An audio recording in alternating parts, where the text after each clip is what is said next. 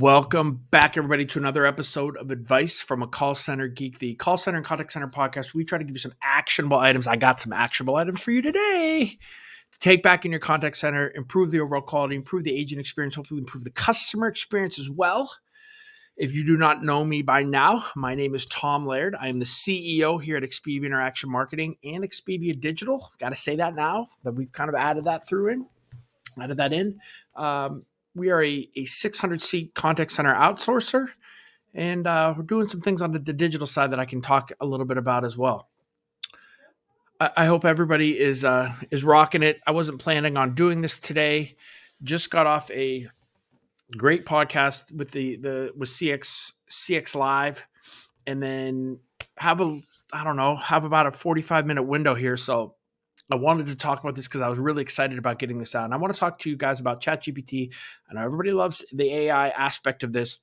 I want to give you some of the prompts that we have been playing around with, that we have been utilizing, that I personally use in the analytic piece, in the workforce management piece, in the overall operations of our contact center.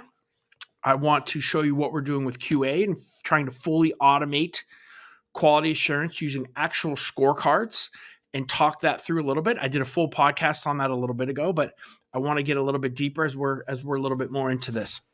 So I will have the physical prompts in the show notes when this is done. So if you guys want to play around with some of this stuff, you can.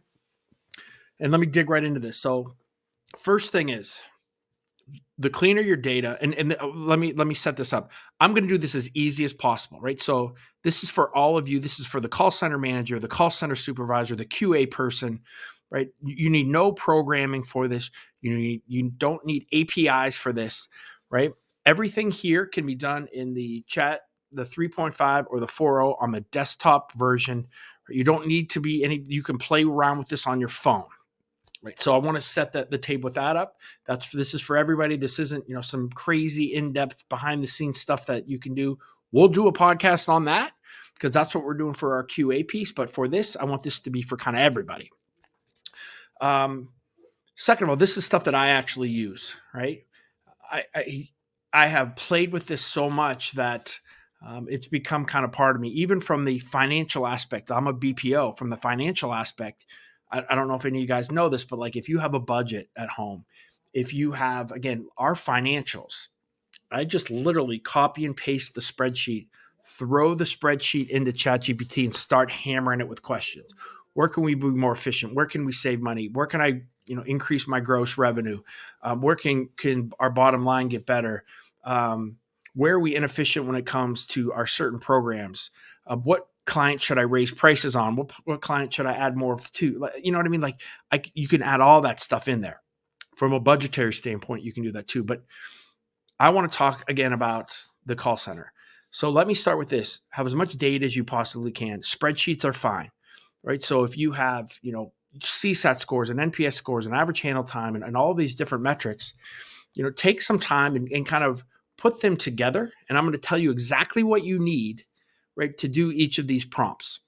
All right, so let's get this going. So I guess I called this first one like overall operations, right? And this just is kind of, and again, I'm just looking at my notes here. Streamlining, optimizing, the function of the contact center, the things that that you would need, right? So historical performance metrics like average handle time, first call resolution, CSAT scores, NPS scores, service level, like any of those metrics, right? The more metrics you have, right, the more robust, right, your outputs are going to be. If you have current feedback, right? So if you have done CSAT surveys, if you've done NPS surveys, have the feedback actually in there for each of the reps. Abandonment rates, all of those kind of metrics that you can think about. And here's some of the prompts that you can play around with, right? So, given the historical performance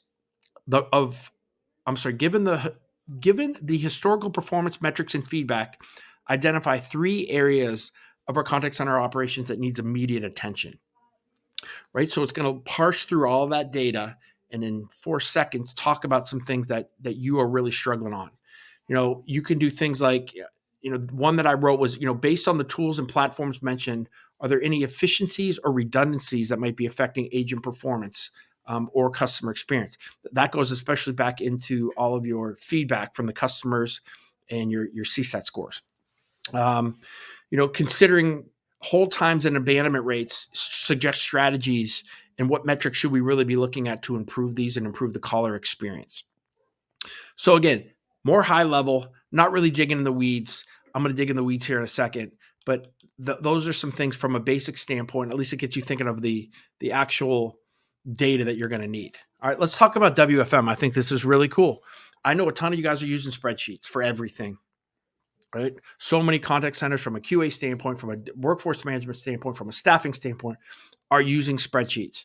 We have found this out in all the research we have done for our QA AI platform that we're trying to build out for everybody that specifically has spreadsheets. But workforce management is a huge piece of Excel, right? Is a huge piece of the contact center,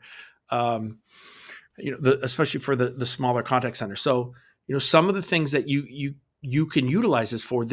If you do not know what an Erlang C calculator is, there's a lot of them on the internet, but it basically allows you to put in your handle time, your service level that you would like, put in the calls that you want per interval, and it will spit out the calculation that you need for the amount of headcount for each specific interval. But you can ask ChatGPT to do the same exact thing without doing that, and you can kind of make it a little bit more your own. So, if you need the hourly call volumes, right? You need the average handle time, shrinkage you can add in there as well, which you probably should, the service level, right?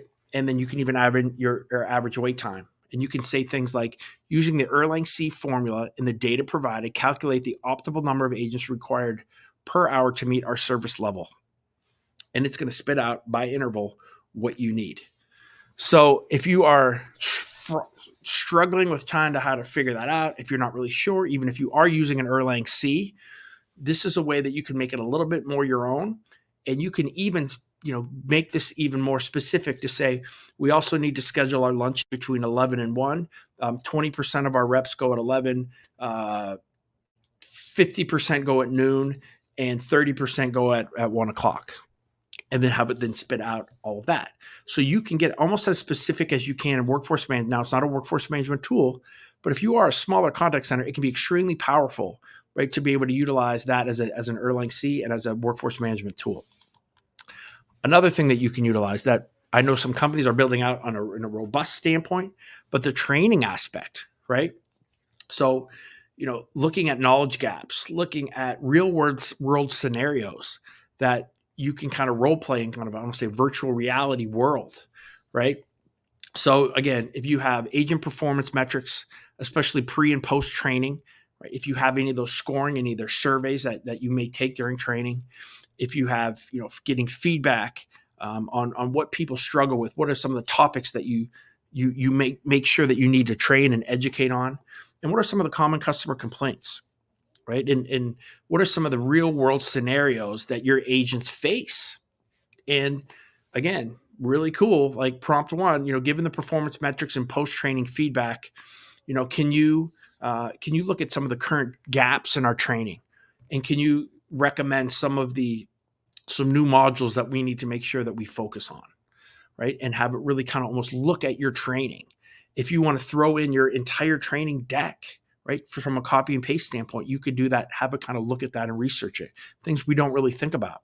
But I love, this is, based on common customer complaints and scenarios, can you generate potential training scenarios or simulations, right? And then you get to talk back and forth. And I know, there's a bunch of companies that are building this out like super robust.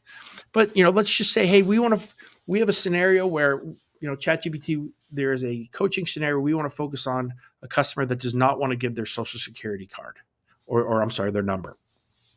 Can you please role play that with our agent? Right. And then have the agent talk. The more robust you want to get with your prompt, you can say, hey, we have a 65-year-old male from Pennsylvania who is a little bit crotchety and does not want to give his social security number when we are verifying.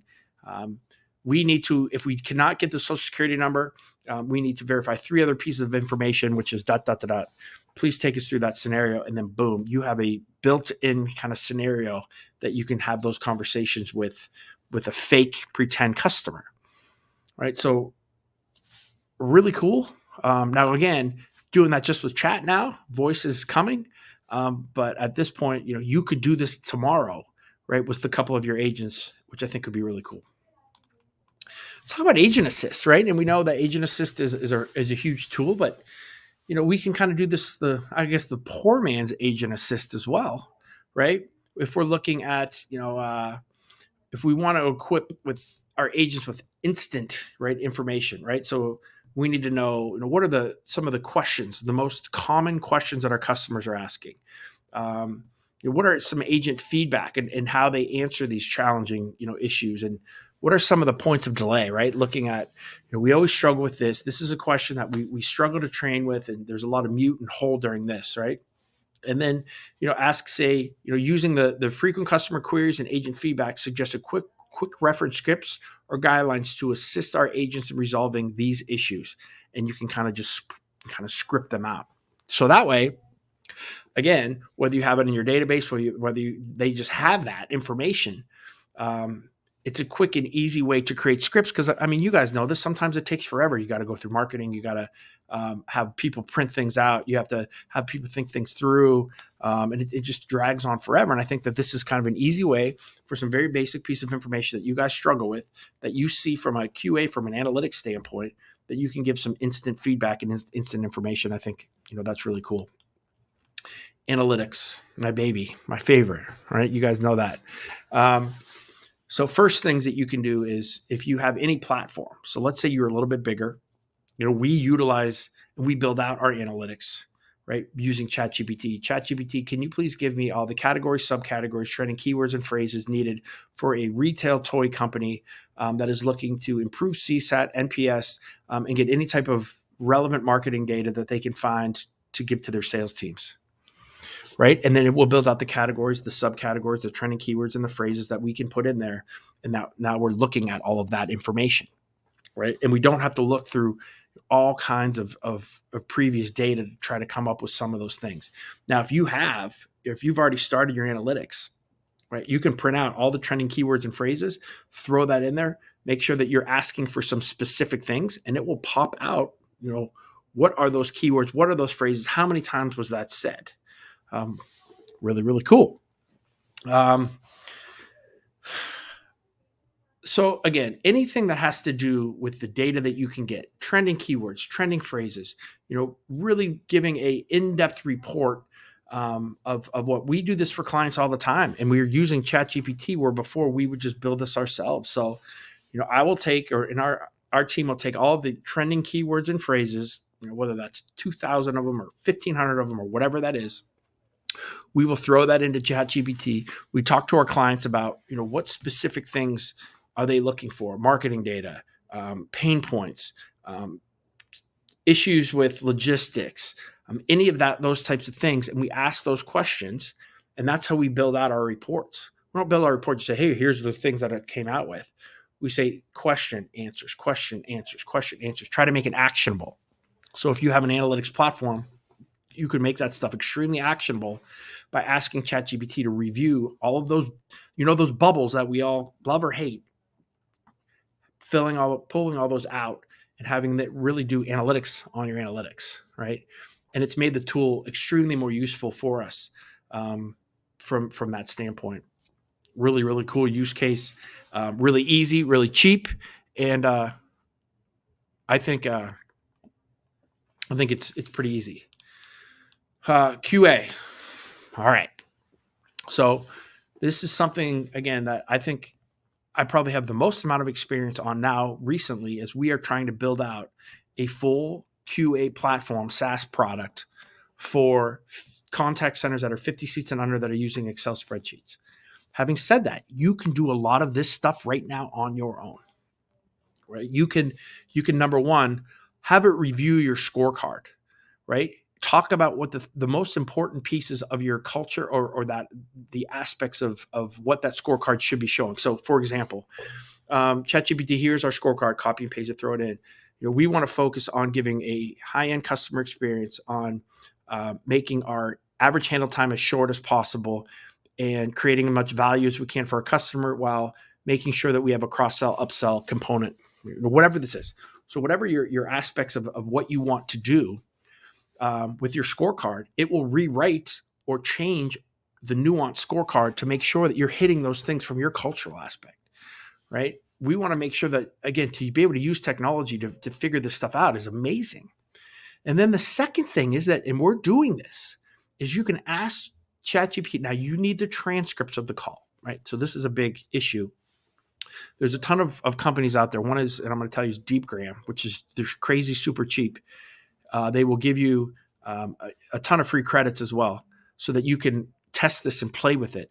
But it will take your recording in literally 2 seconds, give you a full transcript.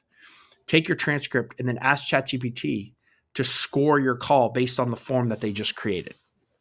And it's going to score your calls. And I think that this is where I say that, QA is going away here extremely quickly, but a really, really cool way to kind of use ChatGPT as well. I think for supervisors, you front end on the floor supervisors that, the coaching aspect, this can really kind of come into play as well. If we have some performance metrics on where agents are struggling on, whether it's CSAT, NPS, whether it's their QA, whether it is getting more specific, they're not listening for closing signals, they don't read a certain part of the disclosure all the time, they're not verifying the proper amount of information, getting that type of feedback, having notes that you've already typed up from previous coaching sessions with them, having 2 or 3 transcripts that kind of show this as well, right? And then you don't even need the transcript if you want to just utilize, like, hey, listen, here's the last 15 times I talked to this agent. We're focusing on, we have these 3-4 issues. And, considering in ChatGPT say, considering the feedback and the metrics that we need to hit, the feedback that we've given, outline a coaching framework that targets this specific agent who doesn't take coaching really well and can be a little bit more rough, right? Put all that in there. It will give you some really good, at least thoughts and outputs to kind of figure that out. Provide actionable steps or exercises that coaches can employ to make specific changes to agents that are not doing X, right? All of this stuff that can help your training aspect. It can get really specific with some tips and tactics. You can ask it to use specific coaching methods, right? There's the GROW method. There's the Oscar method, all of those. Take a transcript and say, hey, can you please use the Oscar method, look at this call, and give me coaching points to talk to my agents about, right? It will do that for you, and it will do that instantly, and it's really on point. It's really, I think, really helped, a lot of the coaching aspects of what we're doing. And then I want to talk to you guys too then about the hiring aspect. And let me get to my notes here on hiring.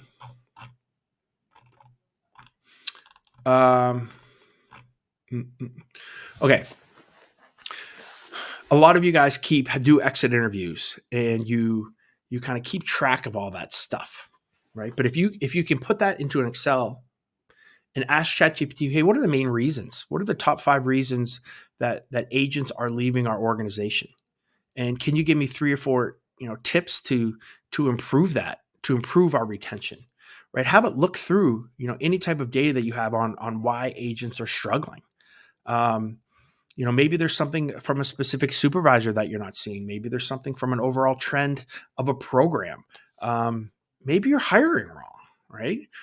So I don't know. There's some things that I think you can do there. Looking at the agents that work as well, right? So looking at the best agents that you have, and kind of talking through some of the feedback things that you've given them. How is that agent looking at kind of their reviews? Why are they good, right? And kind of giving ChatGPT that to kind of see and build your overall profile of, what makes a great sales rep, what makes a good customer service rep in your organization, and kind of really, kind of build that out a little bit more. But I think looking for common traits is what ChatGPT and AI is really, really good at.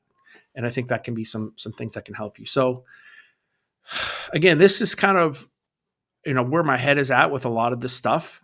And I don't want to make it hard. I want, frontline supervisors. I want call center managers. I want team leads to be able to, or at least to be able to give you guys some stuff that I think can help, can add to the productivity that you're doing, and help you get through your day, and improve the contact center, improve the agent experience as well. There's so many ways that we could go with this, and so many other things that I'm sure I'll talk about in the future, but, really excited. A couple questions here I have on TikTok. Millennia, I'm a CEO of a contact center. So I run, and the name of the company is Expedia. So we're about a 600 seat call center outsourcer, located in Erie, PA. So we work for a lot of different clients that have outsourced their customer support, their customer service. So that's kind of, I guess my 30-ish years of experience with this, and trying to do it a little bit differently than how a lot of people think of the contact center, the call center. Is hopefully what's coming across with a lot of the content that I do. Again, this is an episode of no, it's not. It's Expedia, EXPIVIA. I get Expedia a lot.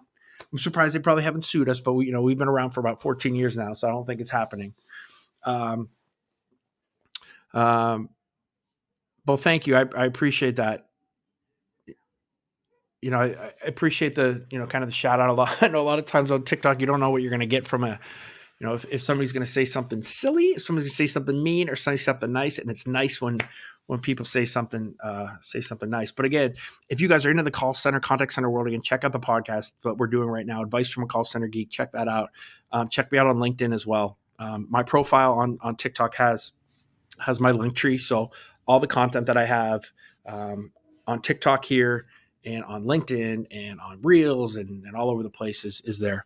So, appreciate if you guys check that out, and, let me know what you think. But if that's it, that's all I got, guys. I hope that this added some value to everybody.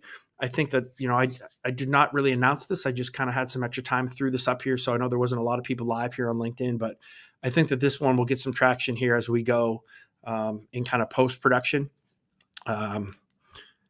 And I'm excited to see how this one goes. So thank you guys. I'm going to hang out here on TikTok, but LinkedIn, we'll see you guys.